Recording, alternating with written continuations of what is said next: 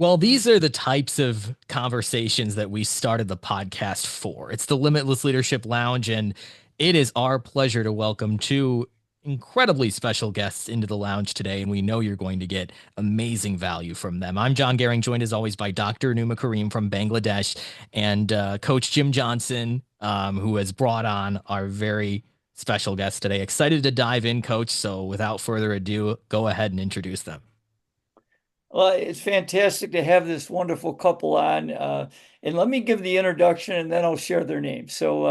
First, the gentleman is I was turned down 144 times to get his book published. I kept going when others told me it would never work, and that wasn't a good idea. Today, with over 500 million chicken soup for the soul book sold, I am glad to hold fast to the principles of perseverance, excellence, and belief in oneself that has allowed me to create extraordinary achievement in my life. As one of the world's most respected thought leaders, I'm known globally as the ambassador of possibility. And of course, we're talking about Mark Victor Hansen. Welcome, Mark, to the Limitless Leadership Lounge. And we look forward to talking to you and your wife. But your wife has also accomplished quite a bit.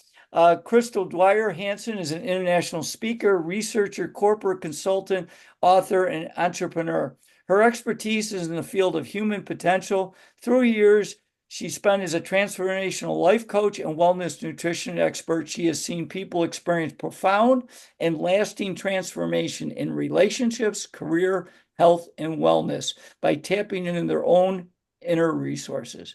Having personally guided people from seemingly impossible states of depression, anxiety, and hopelessness to triumph, freedom, and happiness is what drives Crystal's conviction that all people have unlimited potential for greatness if they only understand how to access the resources.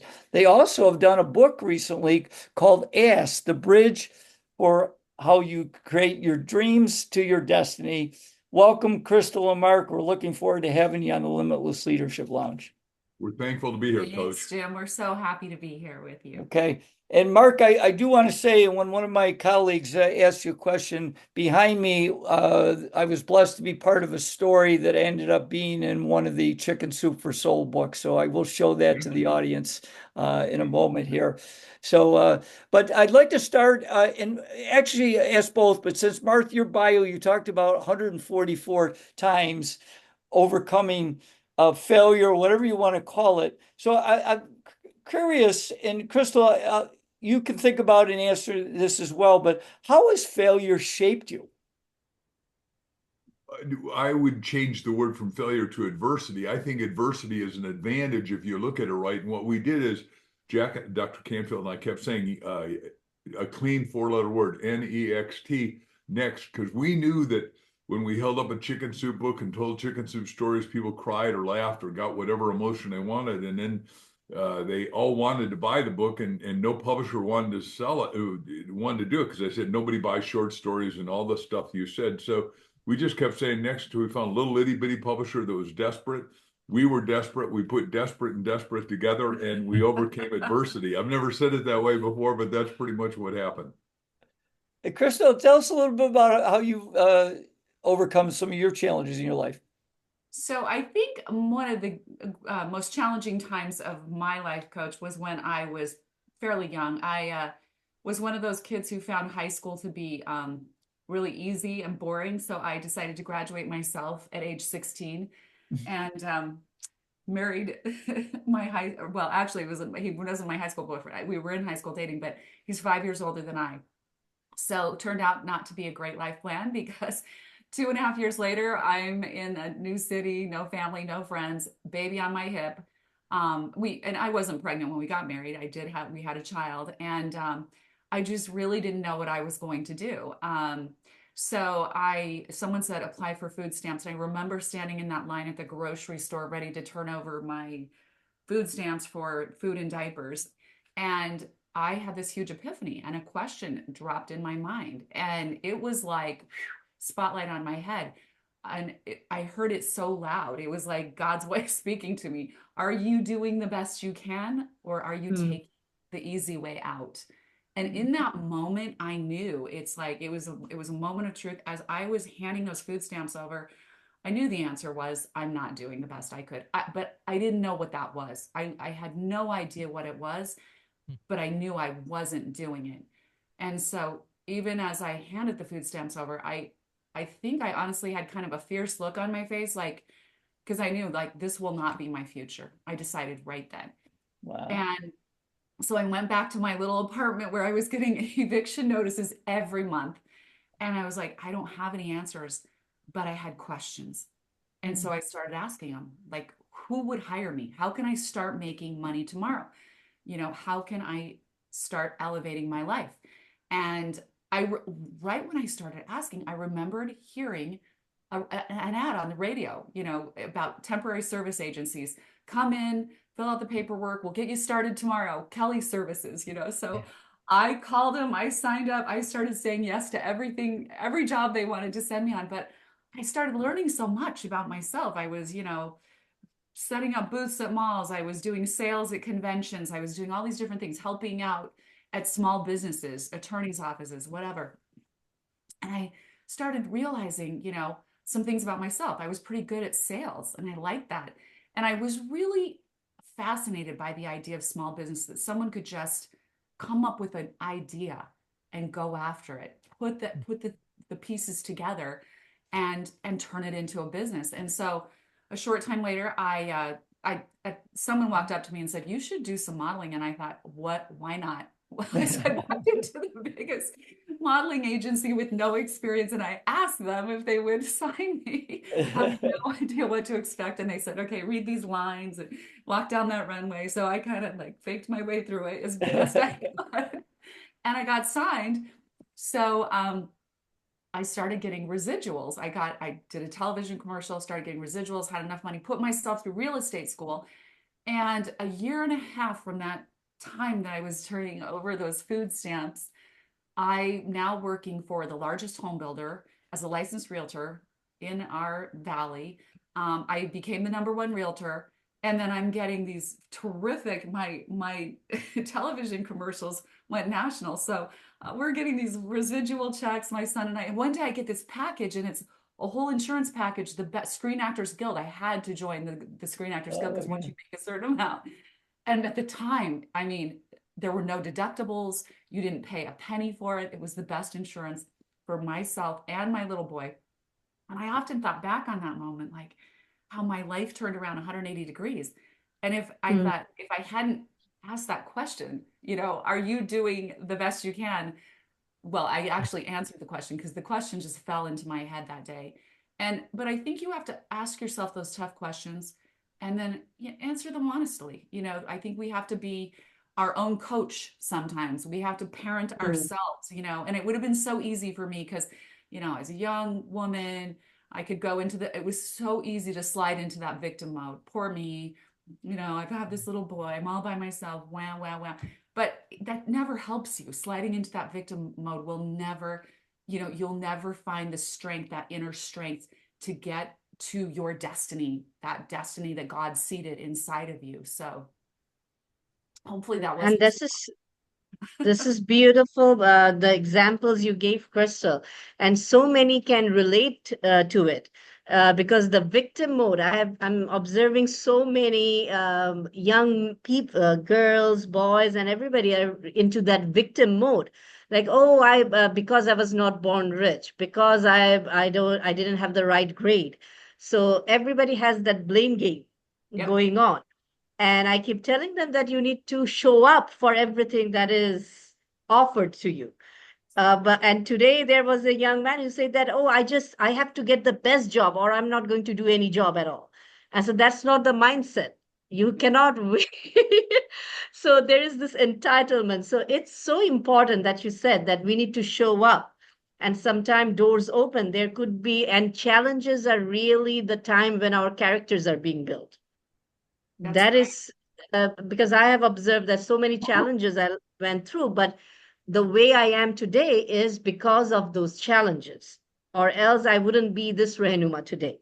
So thank you so much for sharing the story. And I will ask this question to both of you.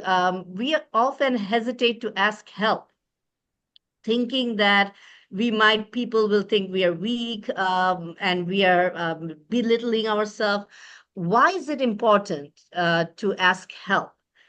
And why do you think that we need to tell people more to ask help? And I have seen that many are not doing that. Right. Well, when we wrote our little book called Ask, The Bridge from Dreams to Your Destiny, we say everyone's got a destiny, but there's three kinds of asking that you have to do. You got to ask yourself, ask others, and ask God. When I was 50 years ago, 1974, when I was bankrupt and upside down, I asked God, I said, okay, what am I supposed to do? And God doesn't do it that way. He said, what do you want to do? And I said, I want to talk to people that care about things that matter, that make a life transformative difference. Well, at the time, I'm living in Hicksville, Long Island, New York, not styling and profiling at all.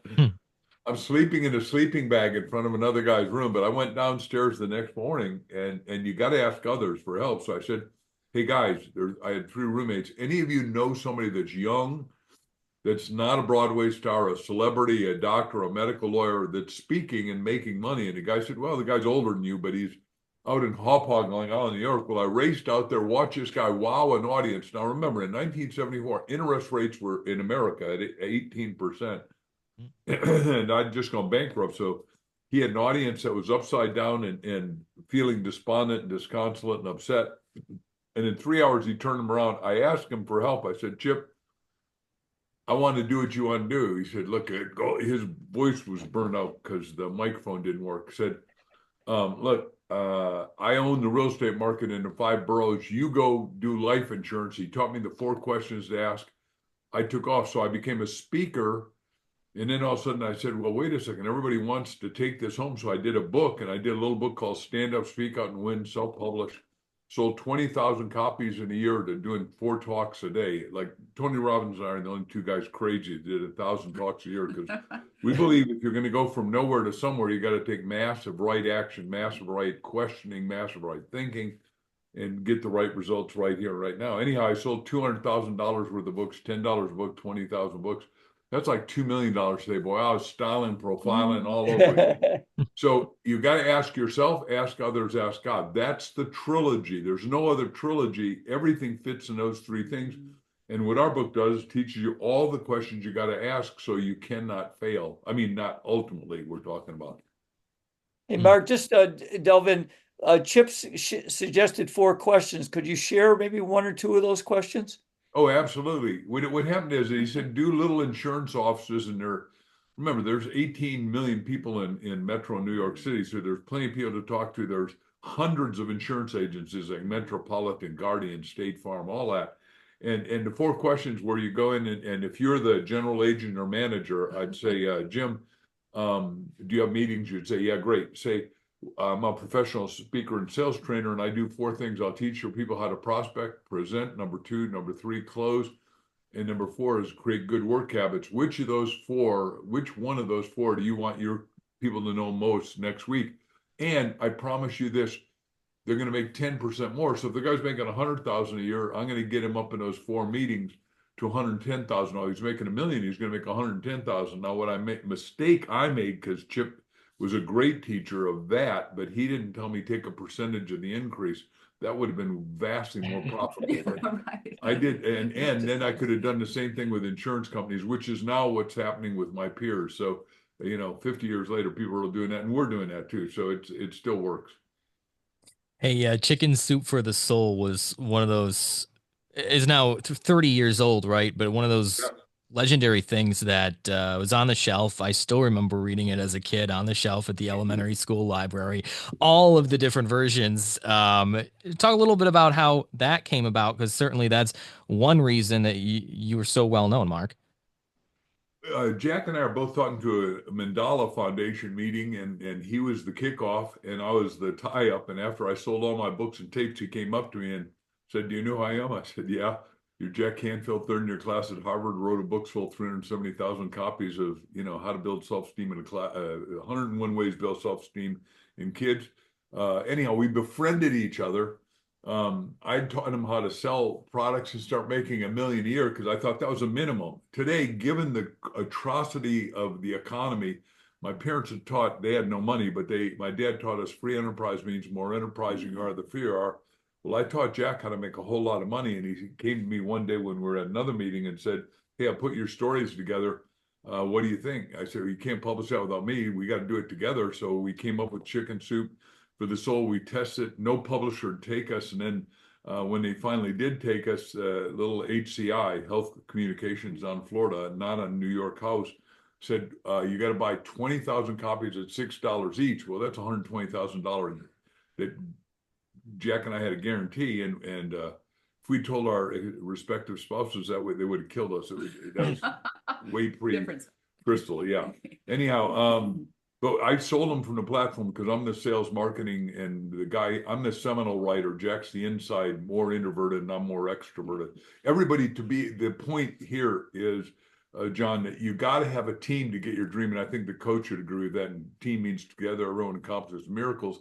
But the mastermind principle Andrew Carnegie taught Napoleon Hill is 1 and 1 equals the power of 11, where you become unstoppable and invincible because you're always encouraging. And Crystal and I are called a formidable couple because we have a perfect mastermind.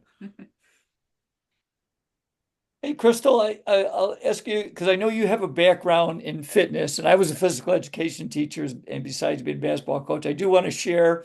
I had the pleasure to talk to the late Pat Williams, and I was part of this. We love Pat.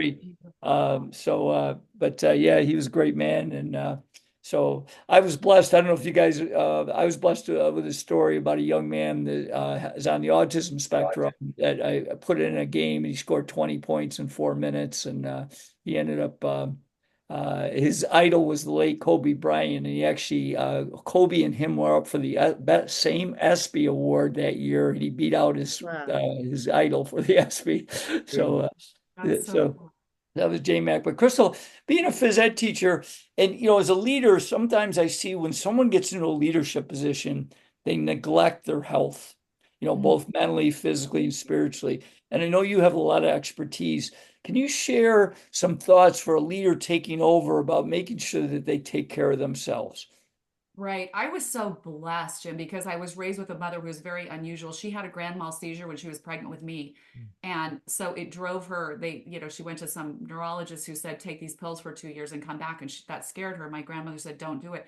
So she took her to a naturopathic doctor. And so it started us on this path of really looking at not just treating bad health, but I was raised with the idea that you create your own good health by your lifestyle. And so my mother grew these gigantic organic gardens, and we all had to work in them all summer long when my friends were out on their bikes. But I'm so thankful for what she gave us, the gift she gave. I mean, we were doing juice cleanses, all these things that are chic now, but we're not then. No Coke in our house, no Oreo cookies. Sometimes we'd have a few treats. She'd make chocolate cakes and they would disappear in 10 seconds. I don't know how big your family was. 9 kids, 9 of us. But she raised us like that. And we are incredibly healthy because, no obesity, because we learned how to build health. So I look at health that way, and it saddens me that people don't understand that, everything you put, I wrote a book called Skinny Life, and I'm republishing it because I say, learn to love the foods that love you back. People are so unaware of this connection to food and the 3 elements of Skinny Life are mind, eat, move, your mindset. How do you think of yourself? I would coach people who would come in and say, yeah, I need to lose weight, but I'm going to save my fat clothes in case I gain it back. And so it's so how you identify yourself. If you think, I'm a person, so many people are like, my genes are bad, I'm destined to be fat. No, you're not. No, there's so many, Dr. Bruce Lipton talks about epigenetics, how we sort of unsleeve our genes or not, through our environmental forces, and environment being your own mindset, food, movement, energy, all of those things. So you have to start with loving yourself and understanding you are in charge of your body, and your cells are alive, and you can create very happy cells, but you can't disconnect from that idea. And I do have a couple stories in our book about this, like asking the questions that will lead you to your perfect health, because we don't ask enough. We pick, down that donut, or that fried food, and we don't even wonder, what is it doing to my cells? What are my cells? How are my cells taking this in? How are they going to respond? What what are the things that my cells are going to have to do that are extraordinary just to keep me alive, because I'm putting all this garbage in my body? And so really thinking of your relationship to your body and to the earth and all the good things the earth provides. I mean, it is such a synergistic relationship, and it becomes so much more fun, and so much you feel so good about it when you approach your health that way. Yeah. And you are what you eat. You So are I what you eat. Absolutely. that is that is so true, because when I'm eating unhealthy, the whole day I'm like slouching, not being able to, I don't want to do anything. I could just feel it in my mind and body if I'm not eating right. So you're so correct. And as Coach mentioned, we are in all leadership positions. To have that energy level to do so many things, we need to take care of ourselves. So we often forget that. So thank you so much for sharing that. And Mark, I have a question. I know that your parents are from Denmark. And if you see the World Happiness Index, Denmark is among the first two happiest nation in the world. And while you check USA, we are in number 23 or 24.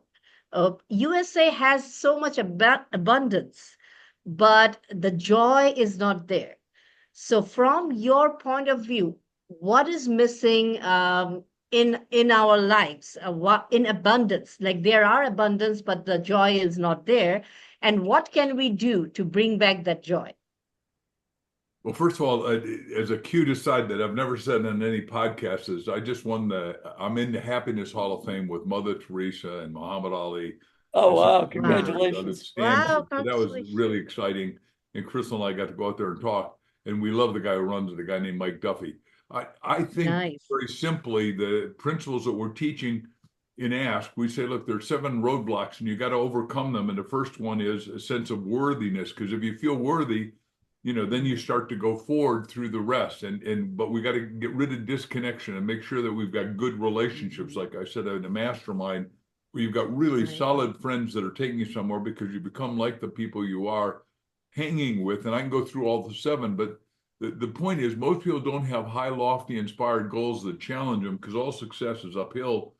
And I just did a talk on Saturday to a giant audience, and I showed that I've climbed all the highest, well, a lot of the highest mountains. There's 2 I've missed, but basically I climbed Kilimanjaro and Machu Picchu and all these great ones like Whitney here in America. And it is a joy. What is it you're challenging yourself to? And when I started, as we said in our Ask book, I wrote down when I was a nobody from nowhere with no money, I'm going to become world's best-selling author. And now, according to Guinness Book of Records, I'm the world's best-selling nonfiction author. And of course, Miss Harry Potter is world's best-selling fiction author. So you got to have something that, and I'm convinced, Coach, you would say the same thing.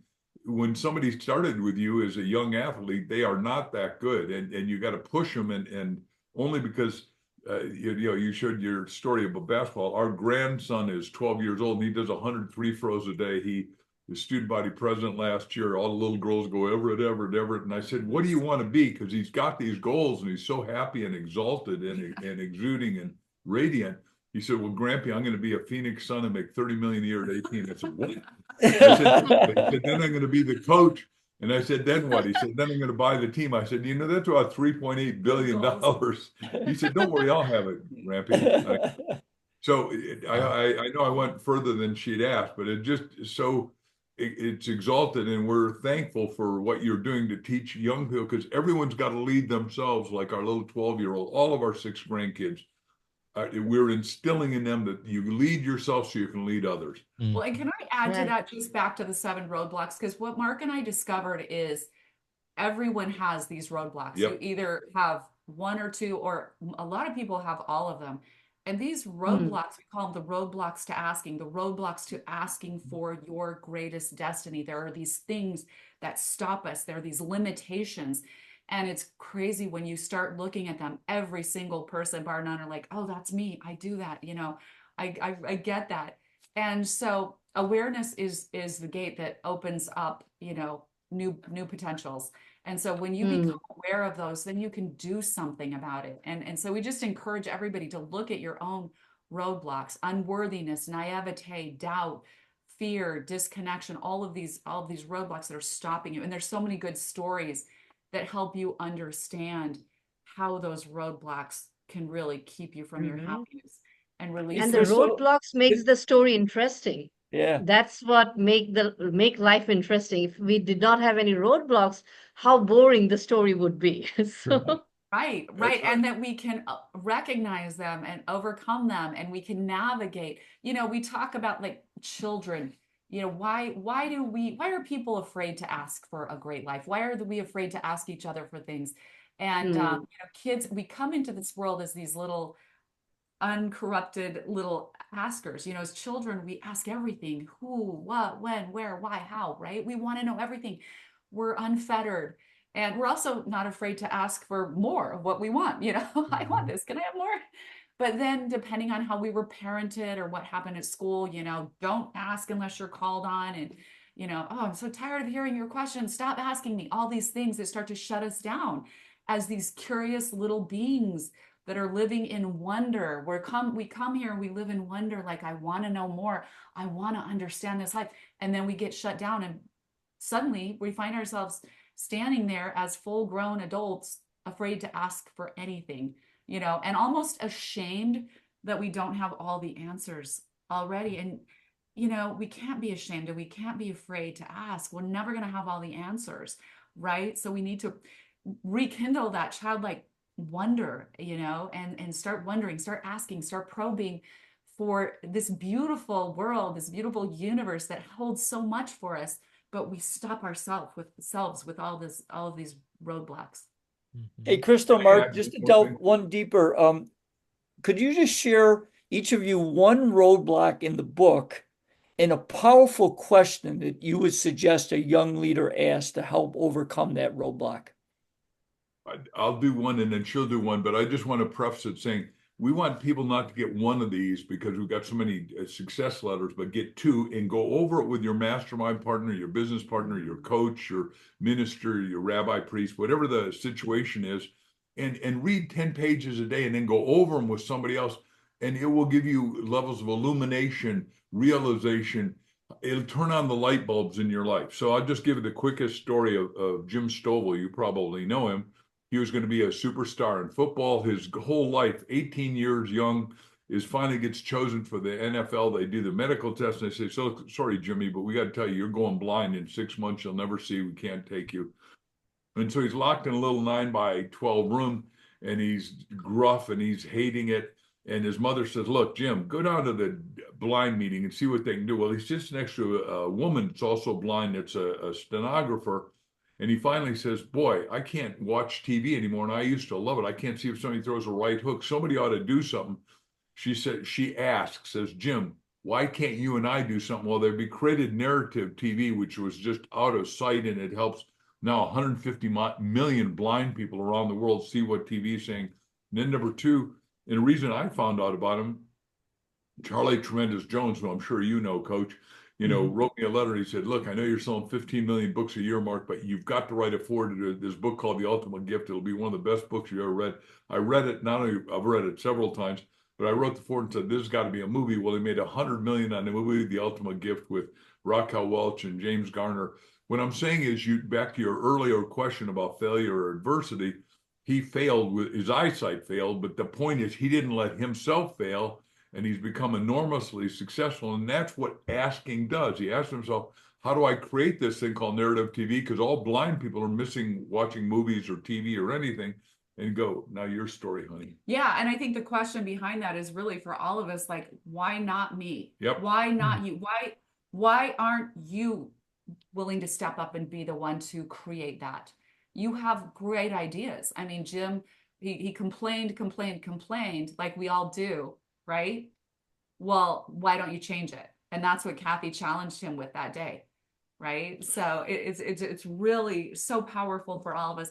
One of my favorite roadblocks is naivete, because it's really that idea that we don't know what we don't know. And we tell the story of my beautiful, I had a woman who helped me with my children. The girls were born 16 months apart, and I had a 9-year-old, so it was a really crazy, busy household. So she came to live with us, and she would make these beautiful meals from her homeland. And one day she shows up, and she has this orange fruit on a plate, and she's like, "Try this, Crystal." And I taste it, and I'm like, "Oh my gosh, Melba, this is delicious. What is it?" She goes, "It's mango." And I go, "How come I've never tasted mango before? Where'd you get it? Where'd you get it?" I'm thinking she imported it from the Philippines. She goes, at the grocery store. Really? This is at the grocery store? How come I go to the grocery store and walk past this delicious mango, not even knowing it's there? And I thought, you know what? That's what we do. We only know what we know. We all come from a certain set of background norms, our cultural norms, and or we're looking at the same things on social media every day, and we're only seeing these things, this narrow view of the world, and so we're all naive. And it's when we really have to start asking, looking around us more and wondering, well, what is this person? Why does this person believe the way they do? Maybe I need to find out. Or am I walking past, my potentially my next best friend, or someone who could be an advocate, or a potential business partner? Or am I just, so in my zone, in my own naivete, that I'm not expanding myself, my heart and my mind, and wondering what else is out there that's new and delicious, like the mango, right? Yeah. A question Yeah, for both of Crystal, I you. should invite you to Bangladesh because Bangladesh has the best mangoes from the all over the world. So you should come to Bangladesh to just try the mangoes. Okay, I'm coming.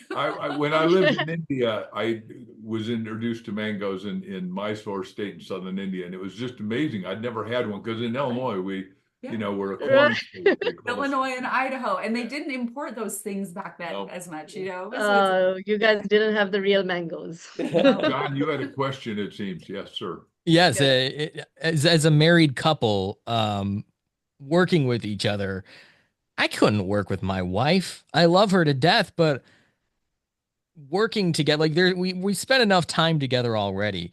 What is it about your relationship? I love her to life. That's why I can do this. What have you gained from each other as far as not only your personal but also your professional working relationship? Yeah, John, it is such a good question because it is unusual that we can spend this much time together and just enjoy it, and not rain on each other's parade or anything. I don't know. It is a really special relationship. We really feel like God brought us together, and we talk about that in the book. But to do greater work than we could do alone, to be a team and a partnership.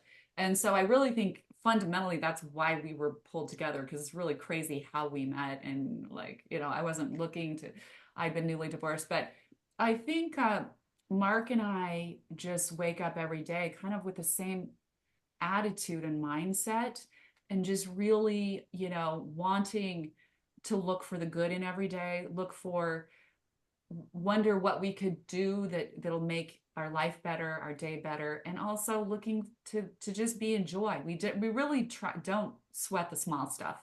I mean, life gets tense for all of us, and you get impatient or whatever, but for the most part, we try to, we don't even try. I mean, we do, we make an effort, but we both have such a great desire to exist at a very high functioning level. I think that and we're both, we're similar, but then we have our own zones that we really respect with each other and encourage each other. So there's no jealousy. Like, I'm like, no, you go, get on stage, go rock it, or whatever. And he pushes me forward too. So we both feel like the world needs each of us to show up as our best. So we encourage that in each other and together. And we know it's kind of unique. Right now, just let me answer. It's like, first of all, I'd written down 267 things I needed in my ideal woman. We had to have similar values. She had to have her own business because my ex-wife had married me for my wallet, which is not like a good thing. It's just so exciting that I don't know why that gets a laugh, but we fell indefatigably in love. But right now, Hollywood is sort of asked, and people in Hollywood, for the front story and ask is a fable, because being of Danish descent, the world's top fabulist is obviously Hans Christian Andersen. Everyone, thanks to Disney, knows every story, 147, Ugly Duckling, The King Has No Clothes, all that. So I said, look, Crystal, why don't we write a fable? We were going to write it together, but she wrote it with lightning bolt speed. So that starts the book. We wrote the whole book together, except the fable starts with her. Well, now she has been writing it as a screenplay, not one, but three. And it appears to us that it's going to become a movie. And we think it'll be, the people that know what they're talking about are saying it's going to be bigger than Harry Potter. And we think that's right because it's congruent. It's the right time. People have gone through tragedy for the last decade, and now it's time for America's pulsation to swing back and go upward, onward, goodward, and Godward. Very cool. Hey, Mark and Crystal, I'd like you guys to, I know we're getting close to the end of our time, and so I know Renuma and John probably have one more question. For me, my last question is, you two mentor so many people, but what advice would you give to a young leader on finding the right mentor for him or her? Yeah, I think you should look at a bunch of different people and really, don't necessarily go for the most popular one. Go for the one who resonates with your heart and mind, because each of us has a different specific niche and a way that we're supposed to lead people. We're not all the same. The worst thing you can do is try to be like somebody else. Hear someone go, oh, I need to change myself. I need to change who I am so I sound like that guy or that girl. The most beautiful thing about you is that God made you unique. And so it's really about tapping into your own unique self and being able to express. And whoever those mentors are that kind of make you feel that ability to do that, and make you want to go out and be that authentic you, not make you feel badly that you're not them. Does that make sense? And there's two kinds of mentors. There's living and those that have passed away. And we're in the business. We own Mark Victor Hansen Library.com, which is a fast-growing hybrid publishing house. Probably we do fiction, nonfiction, biographies. But the other kind of mentor is a biography. I've read over 6,000 biographies of the great and inspiring business people, sports people, ministers, priests, rabbis. And what happens is each one of them gives you different models in your head. And if you can't get with them physically, you start to ask yourself, well, what would I do if I was X? Now, if your model is in business, which I think the greatest businessman ever in history is Elon Musk, right? Here's the guy who's created Tesla cars, batteries. He's got a new airplane that's going to fly anywhere in the world in 2 hours. He's created a brand new alloy, and it's going to have thin film battery. He's got a brand new telephone that's going to cost $250 rather than $1,200, and it changes colors, and you put it in the sun for 2 hours. Because he's asking the question, and what he says is the question is more important than the answer. And that's what Einstein said, and that's what we put in our book. And we're saying, hey, look, every one of us has got to master the question. And what Crystal was saying so well is master how do I feel? How do I resonate with that person who's going to be my mentor? And speaking, Chip Collins was my mentor. But then in the book business, when I wanted to become world's greatest best-selling author, I went and interviewed 101 best-selling fiction and nonfiction authors.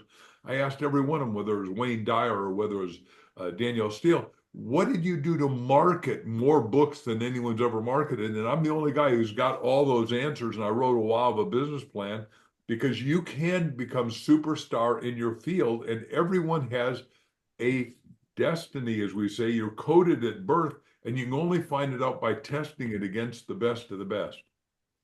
Mark, let me just delve in one last question for me, because I'm an avid reader as well. Although I haven't read 6,000 biographies, but I read well over 5,000 books. So I'm curious, what are your top 2 or 3 favorites that you would recommend that people read? Biographies or general books or business books? Either. So one biography and 1 or 2 of general. I would ask everyone to read. We get a biography coming out that I want you to read. John Paul DeJoria will be out in February, and it's going to change your life, because here's a guy who started with nothing. The other side scratch, was homeless, now worth $8 billion. He's turned around an island. He's feeding 40,000 people a night in Austin. And he tests every one of them to make sure they've got talent so he can take them out and get them back to work. which is the right use of a lot of money. Because we teach that you earn all you can, save all you can, invest all you can, so you can be as philanthropic and giving as you can. So I'd ask in business to read Think and Grow Rich, and then in spiritual stuff, I'd ask to read Resurrection by Neville. And I can go on because I'm a book addict. Reverend Dyke. We just Yeah. wrote a biography about Reverend Dyke, and it is an incredible book. I would encourage you guys to read it. It's actually Mark's story too, because when Mark went bankrupt and was really down and out, it was Reverend Dyke who his buddy said, "Let's go to this black pastor on the other side of town." He said, "Okay." From the moment he stepped into that service, he was totally transformed because everything Reverend Ike said was counter to what he believed. He thought the world was bad and things were going down. And Reverend Ike taught him that, it's what is inside of you, the consciousness. Do you want to talk about that a little bit? I mean, Yeah, it was an what he was amazing saying transformation. yeah, he was saying you can do it. And that day he said, look, if God's rich and you're made in the image and likeness of God, you're supposed to be rich. All the Old Testament stories say that. John 10:10 says, come live and have a more life and have it more abundantly. And the Apostle Paul said, be transformed yourself by the renewing of your mind, which is what good mentoring, good coaching, good leadership is about. And that's why we're so excited to do all the YouTubes that we both do, because all these people watch stuff literally around the world, whether it's Bangladesh or India or Philippines or an island, and they go, holy cow, I didn't know you could think that. And what mentoring at its best does is holds up a mirror so you see the man or woman in the mirror and you say, well, wait a second, that's what I was, but that's not where I'm going. Where do I want to go? Because you say, here's where I am, here's the results I would like I said about my grandson, Everett. He's got these enormous results, and the kid is in super advanced math. He's doing all that stuff. And by the way, you understand that she goes by Mimi because there's a couple of grandmothers in the family, and I go by Grampy, are cheering these kids on because you need a cheerleader. So the other thing I'd say about a mentor, make sure a mentor you have, they could be push you, but they got to be your highest, best cheerleader. And it could be a parent as parents at their best can do that.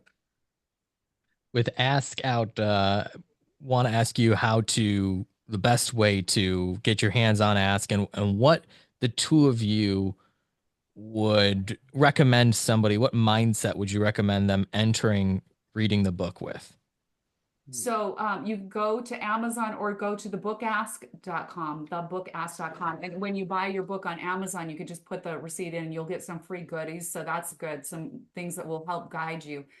But really, I'm glad you asked that, John, because I want everybody to read this book with a completely open heart and mind, and really deciding before you start that this book will transform you, that you are going to be a different person, a stronger person, a more aware person and capable person when you finish this book, because it's going to teach you. Set that intention for yourself. It absolutely will.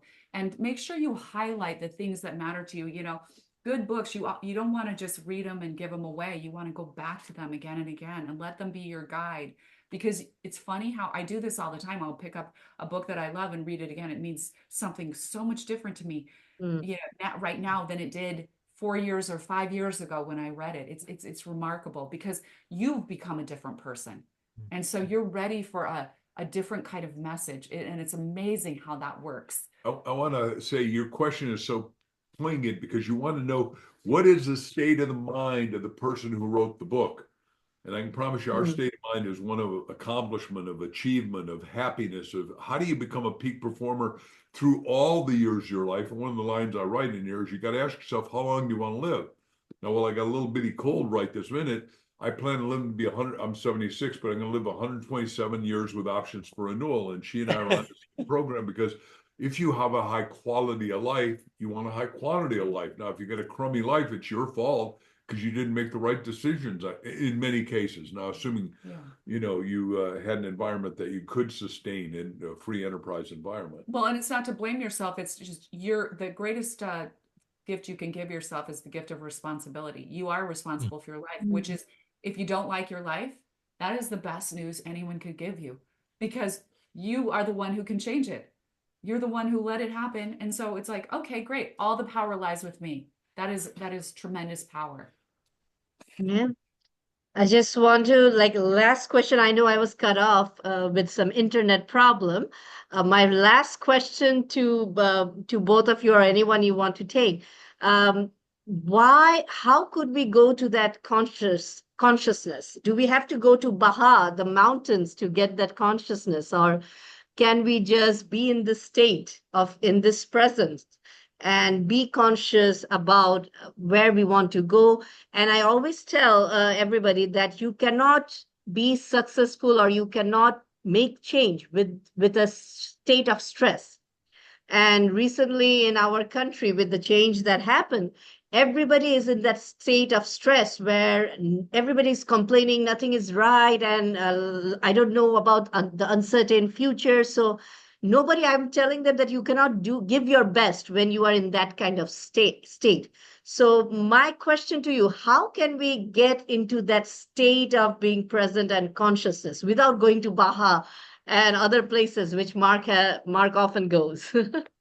Right. No, I mean, because we're conscious every minute, it's really just about our awareness, our focus, and our awareness, right? So the reason we put ourselves in these miserable states is because we're looking at everything around us right in this present moment, which is really just a manifestation of the past, you know. And as we look at this again and we feed into it again, we recreate it again, you know. Mm, So it's really about deciding more deliberately, and it is important to go in a quiet state, but you can just go in a quiet state in your bedroom or go sit by a tree, or just the important thing is to go into silence and decide how you want your life to be, how your life mm, will be, and focus on that. Change the narrative in your mind, change your self-talk, and say, and I love I am affirmations and thankful affirmations, because when you pour out gratitude, I am so thankful this day is so bright and sunny. I am so mm, thankful. Look at me. I have two arms, two legs. I can move. I'm so strong. I am so thankful. If you start looking at every little thing that is so good about your life, instead of looking around and trying to find the things that are bad, we think we're going to ward off bad things if we think about them all the time. That's just the opposite. We're just feeding opposite, right? into that, right? So be the change, right? Be the one who decides what this day is going, how you're going to be, how this day is going to be, how the people you meet, and when you meet people, send love from your heart. Your heart is also another brain. It's probably the most important intelligent brain in your body, and you will find your world transform so miraculously if you can hold that each day. Give yourself 10 or 15 minutes in silence and write down your thoughts. Write down who you're going to be today. Wow. I agree with everything she said, because you got a little sense of self, and then you got a big sense of self. And what Chicken Soup did and what our Ask book does is get you into the big sense of self. And you start to understand that your soul is alive and well. And a la her question, when Jack and I started the book series, we thought the soul of America was in trouble. We didn't realize the soul of the world was in trouble. And I think I'll just put my opinion out and say that I think it's there again. So every one of us has got to elevate our consciousness. That's why leadership is so critical. We need leaders that are visionaries that can lead. And that's why Solomon said, you know, without vision you perish, therefore with vision you flourish. And then he said, Psalm 72, is it be an influencer of influencers, and that's what a leader is you've got to Mm, influence others to their highest, their best, their noblest, their most important, to make not just you better off, but everybody better off. And we're in the first time on the planet we can really take care of 8 billion, and we can take care of 12 billion on the planet. So there aren't too many people in India and Bangladesh and China. We can go a whole lot more, and it needs a whole nother show with you guys. Yeah. Yeah, yeah, really. Mark, definitely we will have one. Mark Victor Hansen, Crystal Dwyer Hansen, you're welcome back anytime. Thank you, We're John. we're Thank just you. so honored and humbled to have you join us today. A power couple with a lot of success. Of course, the chicken noodle, for the soul books, like that's huge. That's like part of my childhood right there. So it's so cool to be talking with you, actually, Mark. But also, Ask is something that we all need to get our hands on. Again, like you mentioned, the bookask.com is a great place to go, a great resource for you there. Any other resources that you have available to our listeners that they should take advantage of?